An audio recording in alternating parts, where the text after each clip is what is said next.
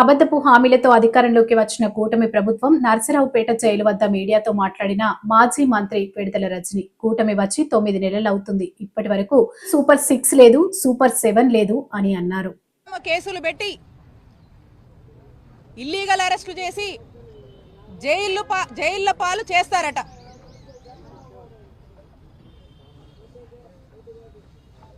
ఒక్కసారి మనం చూస్తే 9 నెలలు కూటమి ప్రభుత్వం అధికారంలోకి వచ్చి ఈ 9 నెలల కాలంలో సూపర్ 6 లేదు, 7 లేదు, ఏం లేదు. అబద్ధపు హామీలు చెప్పి అధికారంలోకి వచ్చి ఏంటయా 9 నెలల నుంచి కూడా చూస్తున్నాము, ఒకటి కూడా నెరవేర్చట్లేదు, మీరు చెప్పిన హామీలన్నీ కూడా ప్రస్తావనే చేయట్లేదు అని ఎవరైనా ప్రశ్నిస్తే ఏం సాకులు చెప్తున్నారు? ఇదంతా వాళ్ళు ఈరోజు అధికారంలో ఉండి కూడా చేయకపోవడానికి కారణం, చేయలేకపోతున్నందుకు కారణం మా నాయకుడు జగన్మోహన్ రెడ్డి గారని సాకులు చెప్తూ కాలయాపన చేస్తున్నటువంటి విషయం మీ అందరికీ తెలుసు. అలాగే ఇది ఏంటి అని ప్రశ్నిస్తే ఏ విధంగా అక్రమ కేసులు కట్టి అక్రమ అరెస్టులు చేసి ఏ విధంగా జైలు పాలు చేస్తున్నారో మనం చూస్తున్నాం. ఈరోజు మా చిలకలూరుపేట నియోజకవర్గానికి సంబంధించినటువంటి YSR Congress party social media activist అయినటువంటి దళిత ముద్దుబిడ్డ మా రాకేష్ని ఏ విధంగా అక్రమ కేసులు పెట్టి జైలుకి ఈడ్చారు అనేది మీరు చూస్తూ ఉన్నారు. దాని గురించి నేను వివరంగా చెప్తా. రాకేష్ని వారి కుటుంబ సభ్యులతో పాటు మా నియోజకవర్గ సభ్యులందరూ కూడా ఈ రోజున పరామర్శించడానికి రావడం జరిగింది. రాకేష్కి ధైర్యం కూడా చెప్పడం జరిగింది. ఒక్కసారి మనం ఏ విధంగా కూటమి ప్రభుత్వం వచ్చాక చక్కటి అందమైన కట్టుకథల్ని ఏ విధంగా అల్లి అక్రమ కేసులు పెట్టి జైళ్ల పాలు చేస్తున్నారని చూస్తే ఈ రాష్ట్రంలోనే ఈ రాకేష్ అరెస్ట్ కానీ రాకేష్ని జైల్లో పెట్టడం అనేది ఒక కేస్ స్టడీ అనేది మనం చూడొచ్చు. ఎందుకంటే దీని గురించి మీకు ఇన్ షార్ట్ నేను చెప్తాను. ఇక్కడ భాష అనే అతనితో ఎమ్మెల్యే పత్తిపాటి పుల్లారావు ఒక కంప్లైంట్ ఇప్పిస్తాడు. ఎమ్మెల్యే పుల్లారావు డైరెక్షన్లో కంప్లైంట్ ఏమని ఇప్పిస్తారంటే 6/3/2025 అంటే 6th మార్చ్న రాత్రి సుమారు 9 గంటల సమయంలో ఈ భాష కళామందర్ సెంటర్ మీదుగా వెళ్తుంటాడు. అప్పుడు వెళ్తున్నప్పుడు దారిలో ఈ దొడ్డ రాకేష్ గాంధీ, ఫణీంద్ర నాగిశెట్టి, దామిశెట్టి రామకోటేశ్వరరావు ఈ ముగ్గురు కూడా నలుపు రంగు డ్యూక్ బైక్ పైన వచ్చి నన్ను అడ్డుకొని అబ్యూజివ్ వర్డ్స్ని మెన్షన్ చేశారు. ఆ వర్డ్స్ నేను మెన్షన్ చేయట్లేదు ఇక్కడ అని మాట్లాడి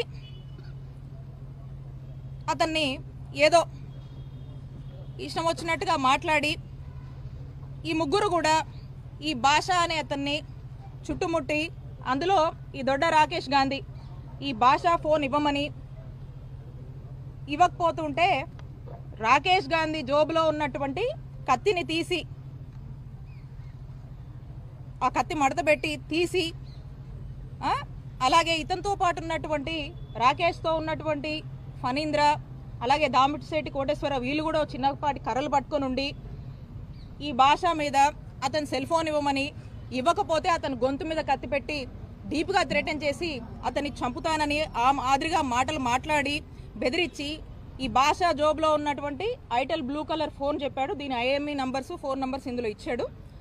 ఇక ఈ ఫోన్ని రాకేష్ గాంధీ తీసుకున్నాడని ఈ ముగ్గురు కూడా రాకేష్ గాంధీ, ఫణీంద్ర, ఈ కోటేశ్వరు ఈ ముగ్గురు కూడా ఈ భాషని అబ్యూజివ్గా ఇష్టం వచ్చినట్టు బెదిరించి తనని చంపే ప్రయత్నం చేశారని, దాంట్లో భాగంగా అటుగా ఆ పక్క నుంచి వస్తున్నటువంటి పిల్లికోటి, పఠాన్ సమదు, మధుమాల రవి, వీళ్ళంతా ఈ జవాజీ బుచ్చిబాబు వీళ్ళంతా కూడా అక్కడి నుంచి చూసి అక్కడి నుండి వాళ్ళు పరారైనట్టుగా ఈ కథ అంతా అల్లారు. నేను అడుగుతా ఉన్నా పోలీసుల్ని, ఈ కేసు కట్టినటువంటి సిఐని, ఇదంతా నిజమా? ఇదంతా నిజమా అని నేను సిఐని అడుగుతా ఉన్నాను. అంటే ఈ మధ్యకాలం మనం చూస్తూ ఉన్నాము ఏమనంటే BNS 111 సెక్షన్ ఆర్గనైజ్డ్ క్రైమ్ కింద సోషల్ మీడియా వాళ్ళ మీద కేసులు పెడితే కోర్టు వీళ్ళ మీద చివాట్లు పెడుతుంది వీళ్ళకి. అందుకని ఇక ఇదైతే కోర్టు ఒప్పుకోవట్లేదు కాబట్టి బెయిలబుల్ సెక్షన్స్ అయితే పెడితే కష్టము, నాన్ బెయిలబుల్ సెక్షన్స్ పెట్టాలని 308 కట్టాడు ఈ సిఐ. ఈ 308 అంటే ఏంటంటే ఎక్స్టార్షన్ సంబంధించి, అంటే డీప్గా థ్రెటన్ చేసి భయప్రాంతులకు గురి చేసి అని చెప్పి దాదాపుగా హత్య యత్నం చేశాడన్నట్టుగా ఇదైతే నాన్ బెయిలబుల్. ఈ సెక్షన్లు పెడితే రాకేష్ని ఫిక్స్ చేయొచ్చు అనేటువంటి ఒక ఉద్దేశంతో ఈ సెక్షన్లు పెట్టడానికి అల్లినటువంటి అందమైన కట్టుకథ ఇది. అయితే దీంట్లో వాస్తవాలు చూస్తే, వాస్తవాలకు మనం కనుక వెళ్తే 9 గంటలకి కళామందిర్ సెంటర్ చిలుకలూరుపేటలో ఇది జరిగింది అని చెప్పి ఈ కట్టుకథ అల్లారు. దీనికి సాక్షాత్తం ఆధారాలు ఉన్నాయి. ఏమనంటే ఈ 9 గంటలకి ఇక్కడ చూడండి, ఈ 9 గంటలకి రాకేష్ అనే వ్యక్తి విజువల్స్, ఇతను గుంటూరు ఇంట్లో ఉన్నాడు. 9 గంటలకి ఇగో సీసీ ఫుటేజ్లో టైమింగ్ కూడా ఉంది చూడండి. 9 గంటలకి గుంటూరులో ఉన్నాడు. 9 గంటలకు గుంటూరులో ఉన్నటువంటి సాక్ష్యాధారాలు ఇవి. అంటే 9 గంటలకు గుంటూరులో ఉన్నాడు, కళామందిర్ సెంటర్కి ఎట్లా రీచ్ అవుతాడు? కళామందిర్ సెంటర్లో ఎలా తేలుతాడు? ఇదే కాదు, ఈ ముందు రోజు లేడు. ఈ కూటమి ప్రభుత్వం ఏర్పడ్డాక 9 నెలల నుంచి తనను రకరకాలుగా హింసిస్తున్నారని చెప్పి